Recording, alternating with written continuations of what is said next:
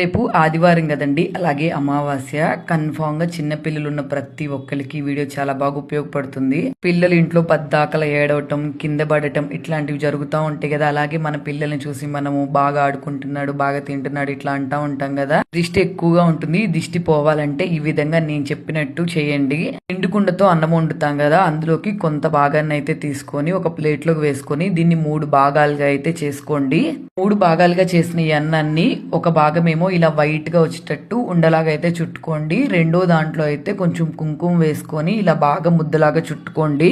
మూడో దాంట్లోనేమో కుదిరితే మీ దగ్గర బూడిద ఉంటే బూడిద వేసుకోండి. బూడిద అందుబాటులో లేకపోతే కాటుకు ఉంటుంది కదా నల్లది, ఆ కాటుకు అయితే వేసుకొని దీన్ని కూడా ఉండలాగా చుట్టుకోండి. మనం ఫస్ట్ తెల్లుండు చుట్టుకున్నాం కదా, అందులో కావాలనుకుంటే మీరు పసుపు కూడా యాడ్ చేసుకోవచ్చు. నేనైతే పసుపు యాడ్ చేయలేదు. వీటన్నిటిని అయితే ప్లేట్ లోనే ఉంచుకొని అమావాస్య గడియలే టైం ఉంటుంది కదా, ఆ టైంలో పిల్లల్ని గడవ మీద అయితే కూర్చోబెట్టుకొని అటువైపు ఇటువైపు 3 సార్లు ప్రతి ఒక్క ఉండ తిప్పాలి. Clock wise anti clock wise అంటాం కదా, అట్లాగైతే తిప్పేసుకొని ఎవ్వరు తొక్కని చోట ఈ ఉండలైతే వేసేసాం అనుకోండి, చిన్న పిల్లలకి దిష్టి అయితే తొందరగా పోతుంది.